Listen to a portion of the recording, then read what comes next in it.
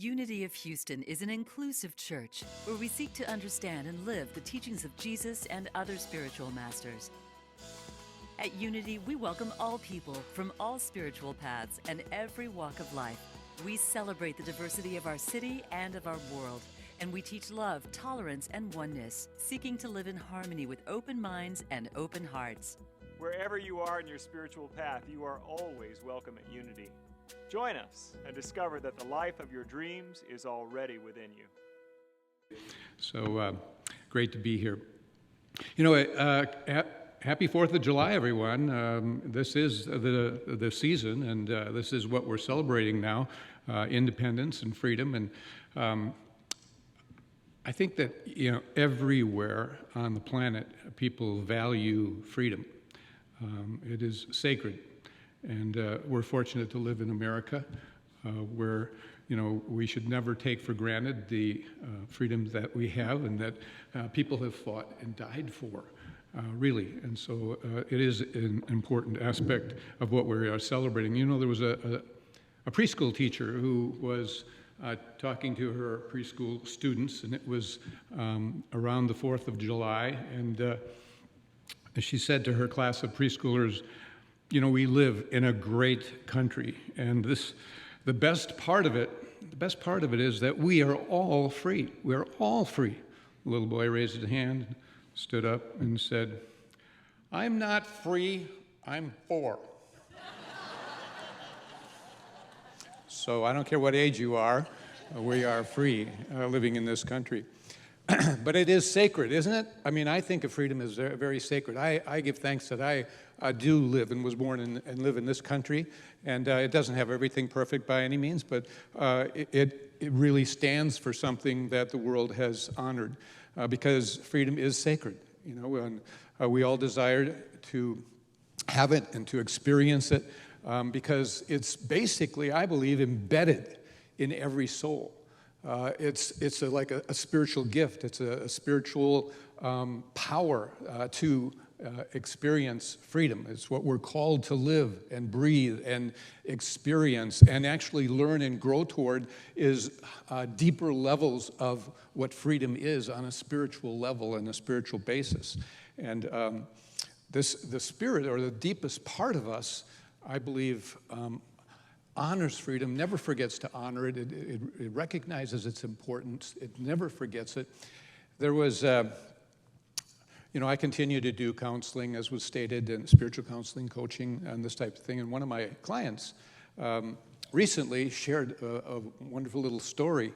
And she is a pianist. She's a piano teacher and has clients of all ages and teaches them. And one of the things that she did on the side was to volunteer to play the piano, and she volunteered periodically at a place that was a care facility for Alzheimer's patients. And so she would play during the lunch hour when they were all seated and eating and what have you. And so, many of them had really severe dementia, and these dear souls, she couldn't tell and wondered if any of her music was getting through, if it was they were kind of non-responsive, and understandably. And so anyway, one day she was playing, and it happened to be close to the 4th of July. This is a true story. And she had been playing some patriotic tunes. And they were all seated around the table. It was lunchtime, and the different tables, because there was a number of them. And there wasn't a lot of response. And somewhere in the tunes, she started playing the Star-Spangled Banner. And at that moment, they all stood up, every one of them around the table. And she was in shock, really, and surprise, and even the staff. And it was quite a thrill to see that. And it just verifies the idea that the divine idea of freedom is never lost. It's never forgotten. It's embedded in us as a soul, no matter what's going on, no matter where we are, whatever our state of being at the time. There are two kinds of freedom, really. There is inner and outer freedom. There's outer freedom that basically has to do with to have in the physical material world. And then there is to be, and that's the inner freedom. And that's really where I want to focus my lesson on today. I'm thankful for the outer freedom that we have, and the 4th of July is important, but I would like to really focus on the inner freedom of being. And so my title today is Inside the Fence of Freedom. Inside the Fence of Freedom. And actually, it's a metaphor, and I use the word fence because it represents and symbolizes kind of a boundary, and that we're up against, or a barrier. And that brings up the idea that really freedom is a paradox, because, normally we would think that it means no limits, and it's just no limits is freedom. But actually, to have freedom, you have to know its boundaries. There are boundaries, and you have to stay inside of them. And this is explained beautifully by a famous Unity author. Some of you may be familiar with the name James Dillard Freeman. He was the director of Silent Unity, the prayer ministry. He was an incredible writer, wrote numerous books. He was in all of their magazines monthly, the Daily Word, Unity Magazine, all of that. And anyway, he wrote an article around the 4th of July on the fence of freedom. And he explained very beautifully this whole idea. He talked about his dog. He wrote about his dog. He didn't talk about it. He was in an article. And he had a Saluki, a very active dog, and Pooch. And he said that he had a big yard. It was like just under 2 acres of land, and that this dog that he had was really free and could come and go and through the doggy door, and had few demands. It could run after squirrels and rabbits and do whatever he wanted within these 2 acres, because Jim had fenced the yard in. But he said it was not a high fence.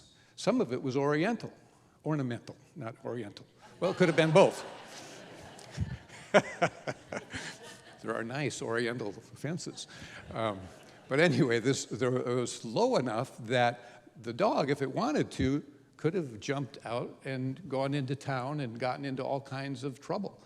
And he said the fence was, something that it accepted kind of as a discipline of sorts, and that he realized the fence didn't really limit the dog and keep it in bondage, but it actually kept the dog free. Because if he had gotten out, there's cars that he could have been hit by, there's neighbors' yards he could have gotten in trouble doing his duty, and there's just all kinds of complicated dog catcher, who knows.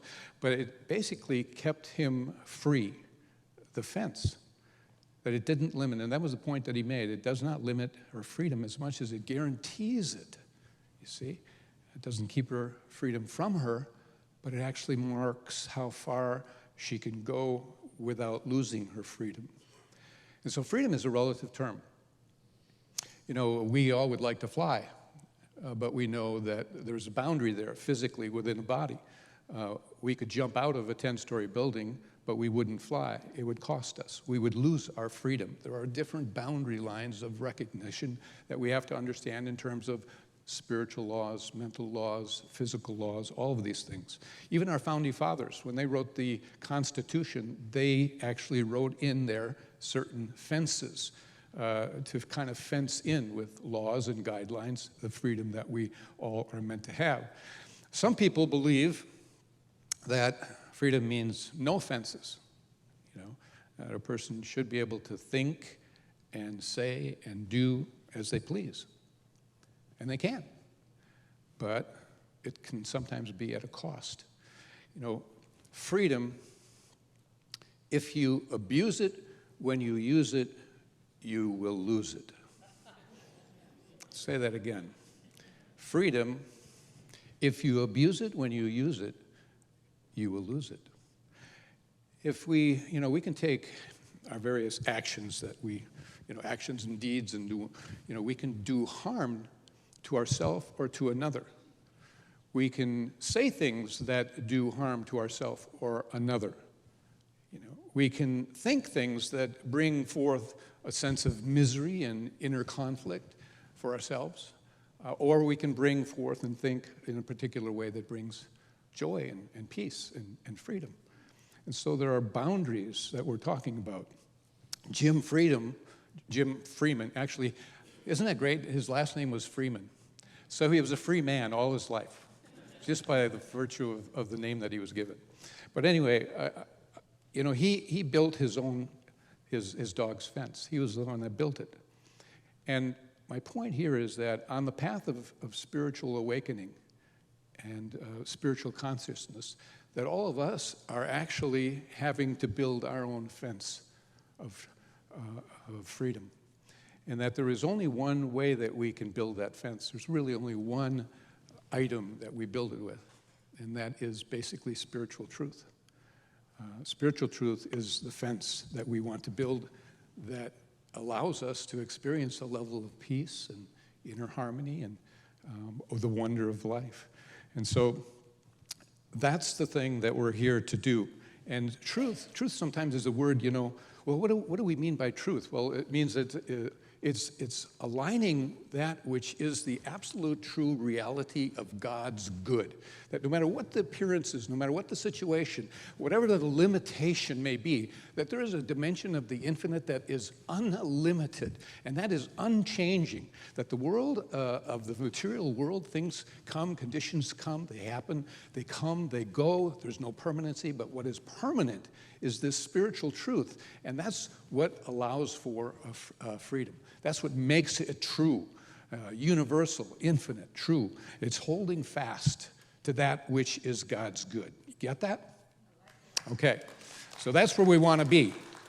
And really, the spiritual awakened beings, avatars, have come to the world and really built some fences for us. That was what they were doing. They would tell us where they are and how to stay inside of them. Jesus was one of them. Jesus came and built a fence, and he basically gave us a yard to play in. And the yard was a body of teachings and principles, the word of truth. And he named the yard the kingdom. He said the kingdom, that yard, actually lives inside of you as well, most importantly. He said, seek ye first to stay inside the yard. Because if you go outside the yard, you're in trouble, And you can go outside, and you can experience separation and fear and unhappiness. And you are to see with the single eye of God's truth of good. And Jesus said, and if you continue in my word, if you continue in my teachings and are truly my disciples, meaning if you are the disciplined ones that live these teachings, because being a disciple means to be disciplined in what he was teaching. So if you continue in my word and these teachings, and if you are my disciplined ones, then you shall know the truth, and the truth shall set you free. You understand that that's what was said before that wonderful statement that we all say all the time, you shall know the truth, and the truth shall set you free? He had an if on the front of it. And he didn't say, if you continue in my teachings, just when it's easy, just when you feel like it, just when you want to, He was saying it's not easy, really. It's hard to be disciplined with your thoughts and your words and your deeds and actions. Staying inside the fence involves discipline to be a disciple of that truth. It calls for listening to the voice of truth within. It calls for being guided by it, learning these principles. I have to confess, there was an area in my life at a time where I wasn't very disciplined. There's been numerous areas probably, but I'm going to tell you about one. I had an addiction. I don't know if I've ever shared, I probably have shared this once. I was addicted. And see, most of you have tasted Bluebell ice cream. Okay. So about 15 or 20 years ago, Bluebell came out with a new flavor, and it was called Millennium Crunch. Millennium Crunch, okay? And it was sort of rare because it wasn't like the common chocolate and vanilla Bluebell. They came out with it just periodically and only in certain stores, so you had to hunt for it, And you had to find a carrier of this ice cream. And so anyway, I would hunt for it, and I found after I tasted it, it was like, I love the name, Millennium Crunch, and I had to find out what it was like. So once I got it, I couldn't stop eating it. It had chocolate chips of different sizes. It had nuts. It had a flavor that was indescribable.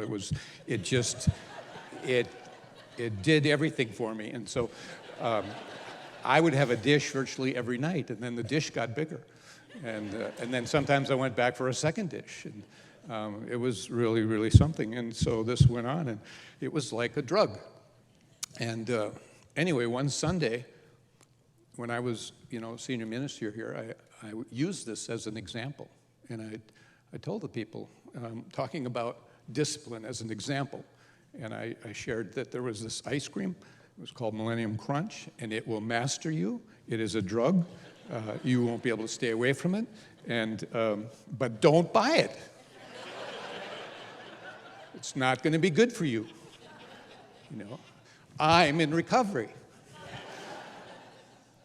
Well, lo and behold, I shared that, and then the next Sunday I gave my lesson, and after the lesson, just about every other person coming through the greeting line said, Howard, that Millennium Crunch, I found it, and I had some, and it's great, and I can't put it down either. And I said, I told you not to buy it. I told you not to buy it.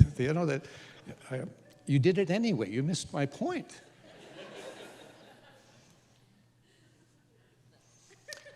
Even now, there are those of you wondering, I wonder where he can buy that. I wonder where I can have some of that. I want to try that. Because it's not easy, to stay inside certain fences, you see. And you know what they are for you. Even the Buddha, he was another that walked the earth, and he really came and built fences as well. And you know what it was? He discovered, he was a king, and he lived in luxury, and then on a carriage ride outside his kingdom, he discovered that there was sickness, and that there was old age, and that there was mortality, and these kinds of things, and it troubled him. And then he saw a monk, and the monk looked really peaceful and calm and serene, and so then he said, I want that, and then he went on a quest to find it. And when he found it, he got enlightenment, under the Bodhi tree, it awakened, and basically he came to the conclusion that we are all prisoners of our mind, that essentially we are inclined to, buy into limited ideas, beliefs, and perceptions of our world, and that we aren't able to see it. He didn't call it the single eye, but it was the importance of seeing your world and seeing yourself and a way of seeing reality, that there is a reality with a capital R beyond the reality that you and I experience here today. And we have our complications, we have our problems that come to us certainly to challenge us. But can we stay serene? Can we stay and realize peace? And peace is really the result of freedom. If you're really free, then you're really at peace. You have inner harmony. And so that is really a measurement that you can find, whether you're inside the fence of truth or whether you've fallen outside the fence of truth, or to find out which side of the fence you're on, or if you're on the fence, how committed are you or not to these ideas that you have come into this world to learn and to begin to live in the art of truth, in the art of peace and freedom and love and joy and happiness, because it's there. It exists. Spiritual awareness basically boils down to knowing where the fences are and staying in the art. What thoughts, what beliefs, what words, what deeds, we are living from that either keep us inside or cause us to jump the fence. God is all about freedom. And actually, God is freedom. God is freedom. So when you are connected and attuned to God, you are one with freedom. There's a powerful verse in 2 Corinthians where Paul says, where the Spirit of the Lord is, there is freedom. Where the Spirit of the Lord is, there is freedom. Well, where is the Spirit of the Lord? It's everywhere. It's omnipresent. Wherever you may be, God is. The Spirit of the Lord is there. It can be drawn upon. And so what it means is that basically wherever it is that you let Spirit in, wherever it is that you have a deep, intimate, conscious connection with that which has given you life, which is breathing you, which is beating your heart, which is within you as a kingdom of heaven, that basically there is freedom. There's freedom there. You can have it no matter what, no matter where it is, no matter what it is you're facing. And you will be shown a way, actually, if you recognize that that spirit of freedom is with you, and it's guiding you, and it's wanting to help you, and it's wanting to show you, no matter what it is you're up against. And even supernatural things can happen. You know, angels have appeared for people. People have felt guides. A guide has come, and some form of help, or things moved and shifted for them. There's a great story in the book of Acts, and it's about Peter. And Peter, you know, was basically in the process of escaping from prison.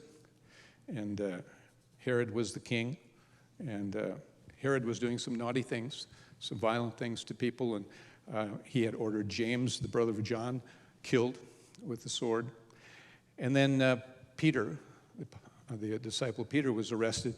He was put in prison and was probably going to receive the similar fate. He was to be killed.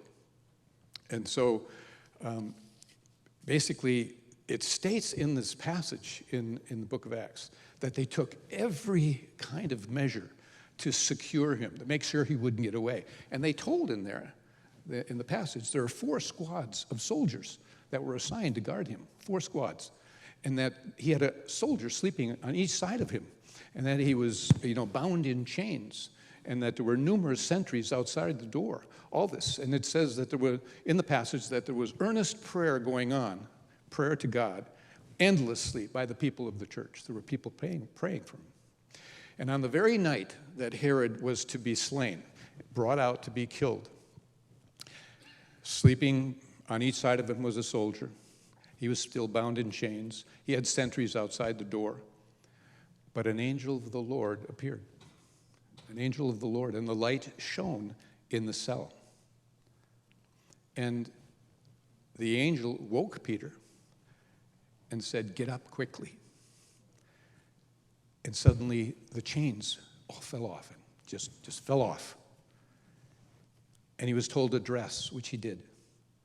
He was told to put on his sandals, which he did, to wrap his mantle around him, which he did, to kind of maybe hide his face, whatever, and to follow the angel. And so they went and they passed the first guard, they passed the second guard, they passed all these people that were supposed to be guarding him, and finally they went to the gate, and it says, the gate of the city. And it says in there that the gate of the city opened of its own accord. Nobody did it. It just suddenly opened. Okay?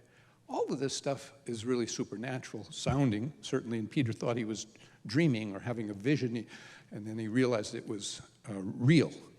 And you know what he exclaimed, and it's right there in the passage, and it's for you and me to really get and understand the impact of why that story is there and what it's trying to say? Peter then said, "Now I know for certain that the Lord has sent his angel and delivered me from the hand of Herod." Now I know for certain. You hear the conviction? There was no doubt this was happening. And we have a thumping going on. It's all right. Put that outside the fence. Anyway, he then went to Mary's house, the mother of John, and they were all celebrating the people that had been praying. Now, the story is a powerful, powerful prayer, and it's there to say, look at what likelihood he had of escaping whatever the challenge that he was being faced with, okay? And we have tough times, and there's the power of prayer and the power of affirming truth, that there's a power to that the nature of God is to assist you and to help you and to set you free. And things happen. It doesn't matter the situation. It doesn't matter the circumstance. And it's to know and be certain that you can access this power in your own life. Stop and think,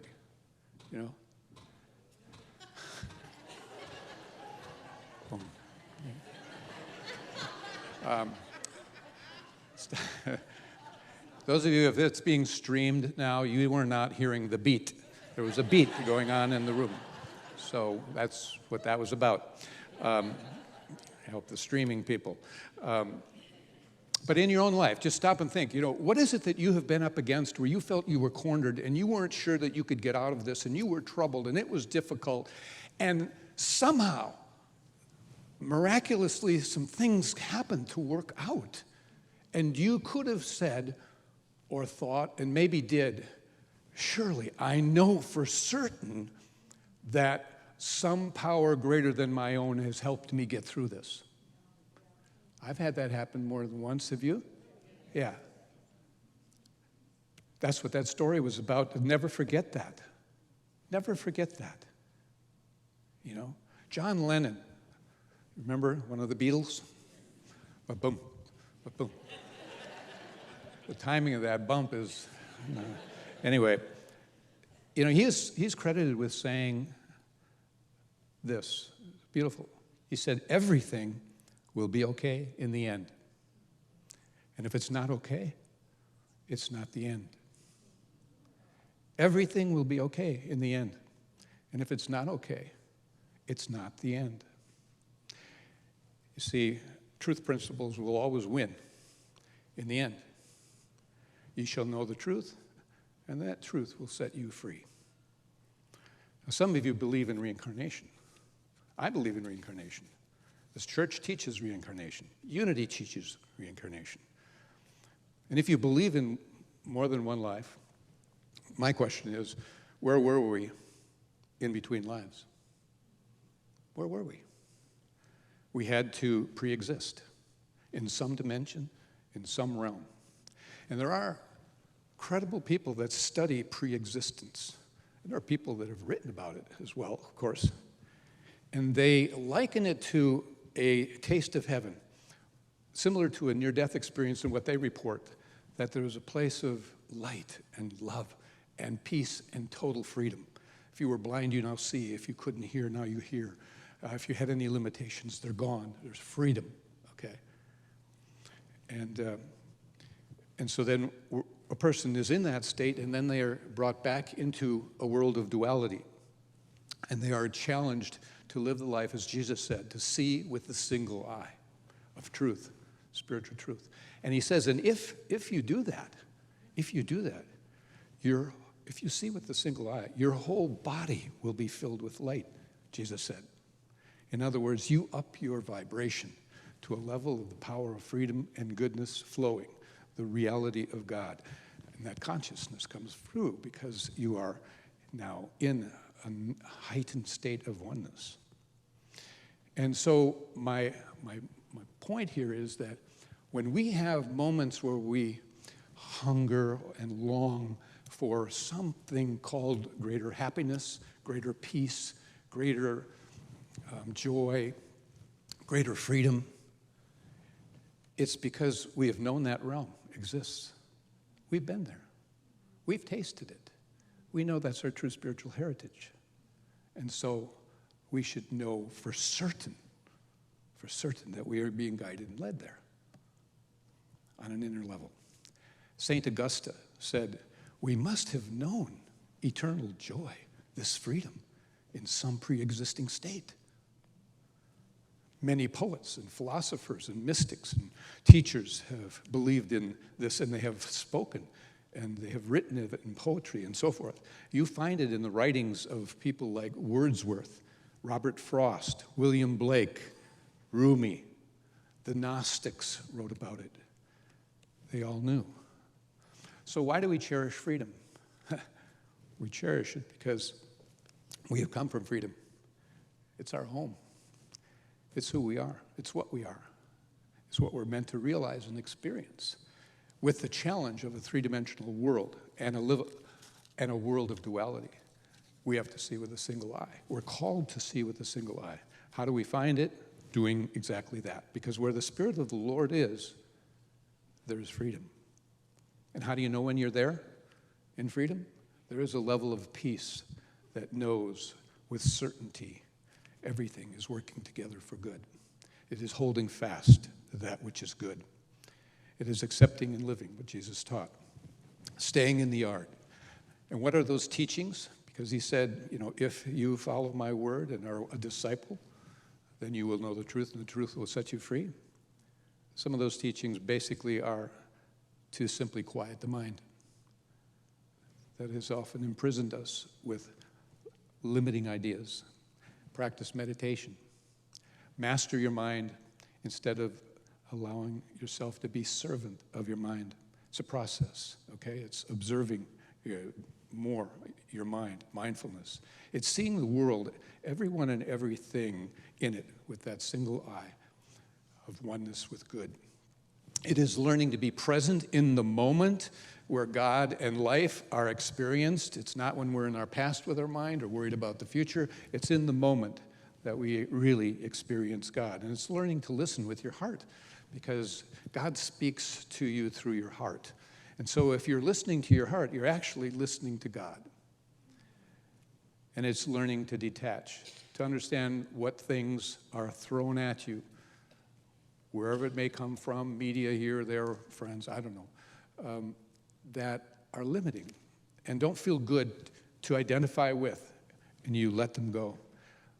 The past, limitations, hurts, unforgiveness, limiting beliefs, let them go. You see, God has given you and me the power to have the license of a higher order of being. We are of the highest order of beings on this planet. We are human beings, but we are spiritual beings. Having a human experience, we must begin to identify more with the fact that we are a spiritual being. And we've been given that license of a higher order of being. When Jesus was leaving the earth, he said, I'm leaving with you a counselor, the voice of truth, that will remind you of all that I have taught. And that voice will be with you, and it will be within you. And then he signed off by saying this, peace I leave with you, my peace I give unto you. Let not your heart be troubled, and neither let it be afraid. Be at peace. Peace and blessings, one and all. Thank you for allowing me to be here. God bless. Happy 4th of July. Watching this message today. I'd like to invite you to join us in person here on campus at Unity of Houston for Sunday morning or Wednesday evening services. If you can't be with us here on our campus, you can still join us live on Facebook or on our website, unityhouston.org, Sunday mornings at 11 a.m. Central.